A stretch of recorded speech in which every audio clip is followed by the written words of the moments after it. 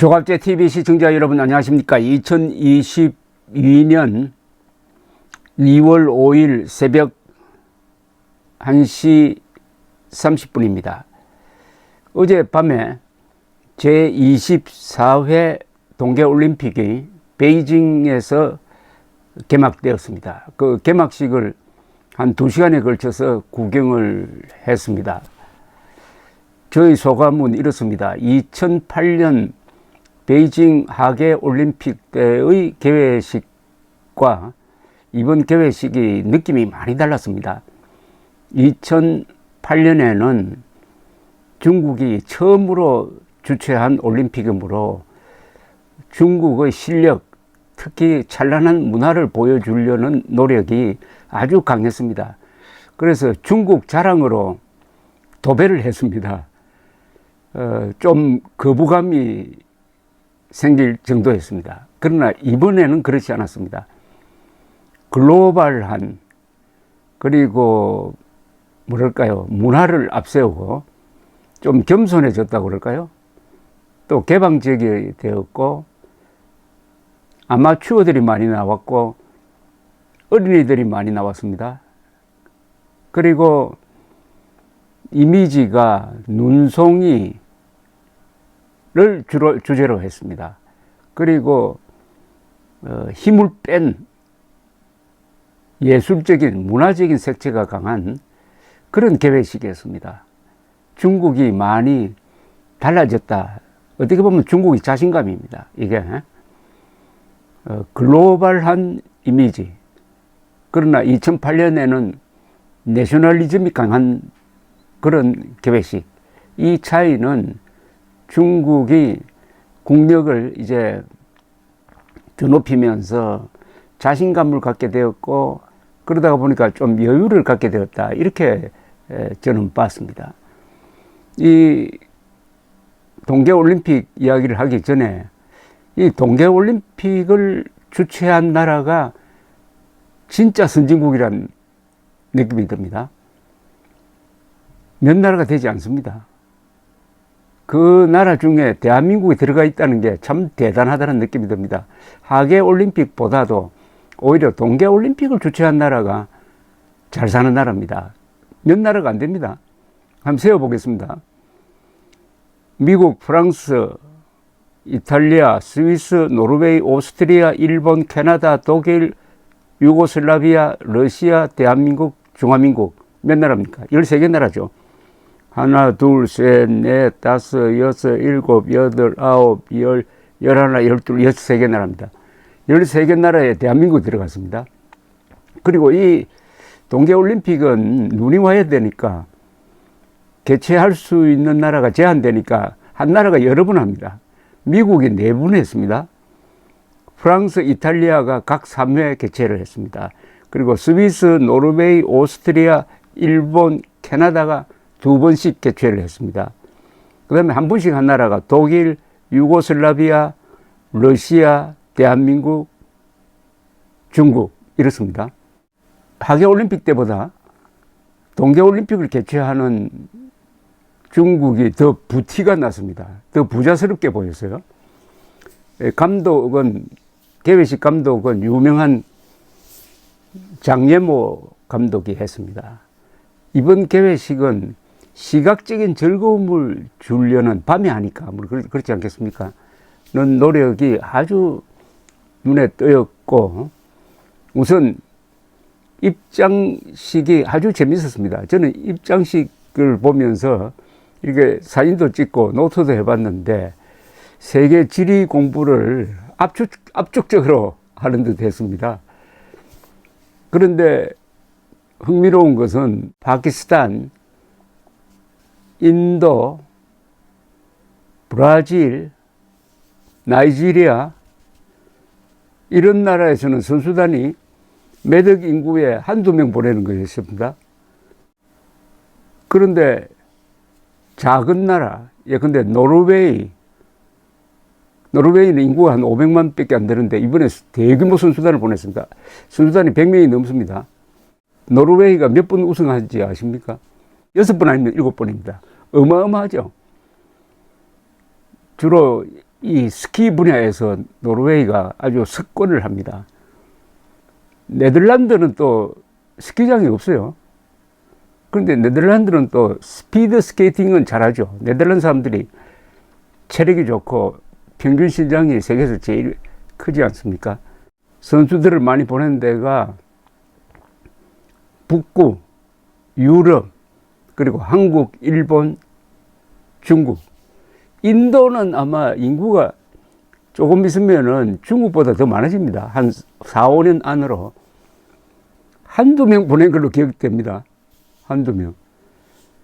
인구당 제일 많이 보낸 데가 어딜까? 글쎄, 리텐슈타인이라는 인구가 한 3만 정도밖에 안 되는데, 그런 데서 한두 명 보냈으니까, 거기가 인구 비례로 제일 많이 보냈을지 모릅니다. 리텐슈타인은 이 알프스 산맥 안에 있는 자그마한 국가입니다.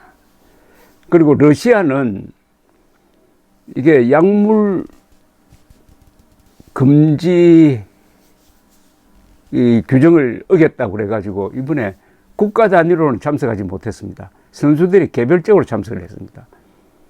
그런데 이번에 여러 나라 정상들이 오지 못하고 미국이 보이콧을 하는 바람에, 외교적 보이콧을 하는 바람에 푸틴 대통령이 왔어요. 가장 비중 있는 인물은 푸틴 대통령이었습니다.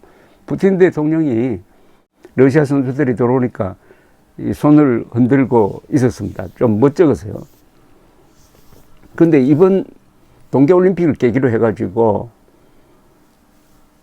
푸틴과 시진핑이 매우 가까워졌습니다. 두 사람이 굉장히 많이 장기 집권을 하다 보니까 지금까지 아마 수십 번 회담을 했는데 이번 회담은 매우 중요합니다. 우크라이나를 침공하려는 목적이 있는 것 같은데 군사력을 배치해 놓고 지금 나토나 미국은 언제 우크라이나로 러시아군이 쳐들어올까 전전긍긍합니다. 쳐들어오기만 하면은 우크라이나는 희생되더라도 우크라이나를 지키기 위해서 미군이 들어가지는 않습니다. 왜냐하면 우크라이나는 나토 동맹국이 아닙니다. 그러나 그 대신 러시아를 상대로 어마어마한 금융 제재, 경제 제재를 하겠다고 벼르고 있습니다. 그러니까 푸틴이 지금 아주 고민에 빠졌어요. 그래서 이번에 참석차 와서 시진핑하고 회담한 게 아주 이게 국제적인 관심거리입니다. 다시 옛날로 돌아가서 냉전 시대처럼 당시에 소련과 중공이 가까워졌듯이 러시아와 중국이 결속하는 것 아니냐 하는 생각이 듭니다. 올림픽은 개회식이 중요합니다. 서울 올림픽도 그렇게 빛났던 이유가 당시에 박세직 조직위원장이 감을 잘 잡았어요. 올림픽을 준비할 때 70%는 개회식을 근사하게 하는데 정력을 쏟았다고 저한테 이야기한 적이 있습니다. 왜냐하면 개회식이야말로 그 주최국이 마음껏 그 나라를 전 세계에 보여줄 수 있는 기회입니다. 서울 올림픽 개회식은 역대 올림픽 개회식에서 최고로 꼽힙니다. 그리고 그때의 서울 올림픽 노래 있지 않습니까? hand in hand, 100을 넘어서. 이것은 역대 올림픽 주제가 중에서 또 최고로 꼽힙니다. 또 테마도 잘 선정했죠. 구호가 100을 넘어서였습니다. 과연 이 서울 올림픽이 100을 넘어서 동구 공산권을 무너뜨리는데 큰 역할을 한 세계사적 의미가 있는 행사였습니다. 이번에 이 개회식의 규모라든지 예술성은 아주 감탄스러운 점이 있었습니다. 존 레논은 비틀즈의 일원이죠. 이매진이라는 노래가 깔렸습니다.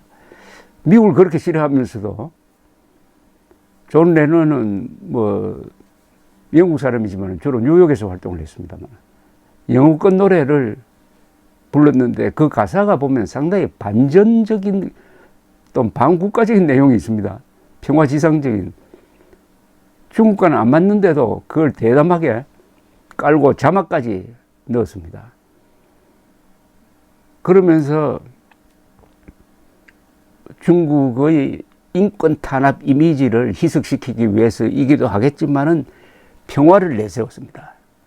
그걸 위해서 눈송이를 가지고 여러 가지 아름다운 이 공연을 하고 어린이들이 참 많이 등장했습니다.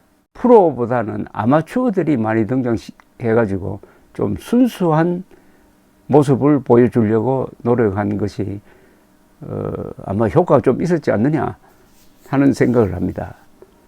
이제 앞으로 한 2주 동안 우리 언론이 이제 중계를 할 겁니다. 그러면은 이 선거판이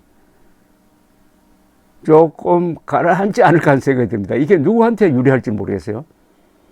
요새 이재명 후보는 그 부인과 관련된 스캔들로 해가지고 아주 큰 위기에 처해 있는데 국민들의 관심이 중계로 가버리면은 약간 좀 유리해질까요? 아니면은 이번 베이징 올림픽에 대해서 한국 사람들이 감정이 강하니까 중계를 보는 시청률이 좀 낮아질까요? 그것은 한국 선수가 얼마나 잘하느냐에 따라서 달려 있을 것이라고 생각하는데 이게 선거에도 영향을 줄 것이라고 봅니다. 이 베이징 올림픽 중계 시간이 저녁에 많아질 때 선거 관련 기사가 어떻게 먹히느냐 하는 것을 한번 아마 각 캠프에서 많이 계산하고 있지 않을까 생각됩니다. 이번에 개회식을 보면서 이런 생각이 들었습니다. 중국이 참 오랜 나라이기도 하지만은 참 젊은 나라라는 생각도 들었어요. 중국은 뭐 역사를 따지면 세계에서 가장 오래된 문명 국가죠. 문화 국가죠. 그러나 아편전쟁 이후 19세기 아편전쟁 이후 서구 열강의 침략을 받아가지고 한 100년 동안 내란 상태로 들어가고 또 일본이 침공해가지고 중일전쟁을 치르면서 한 1000만 명 이상이 죽은 이런 고생을 많이 한 나라인데 1949년에 안보 대통령이 공산 통일을 해가지고 또 대약진 운동하다가 몇천만 명이 죽고 등소평의 개방 정책이 시작된 1980년대 이후 제대로 된 나라를 만들기 시작했으니까 어떻게 보면 우리나라보다도 근대화가 늦었습니다. 그런데 80년대 이후 연평균 경제성장률 10%를 내리달리는 인류가 일찍이 보지 못한 급팽창을 해서 2022년 동계올림픽을 개최하게 되고 그 실력을 가지고 이번 개회식을 만드니까 그 개회식에 힘이 있었습니다. 중국의 굴기라고 그러죠. 중국의 뻗어나가는 게 이번 동계올림픽 개회식을 통해서 느껴졌습니다. 한국도 마찬가지죠. 1988년의 그 개회식이야말로 한국의 에너지가 폭발하는 순간, 가장 아름다운 감동적인 순간이었습니다. 다만 그 자리에 전두환 대통령이 있어야 되는데 이분이 50 청산 문제로 하도 언론의 비판을 받으니까 개회식에 참석하지 않았습니다.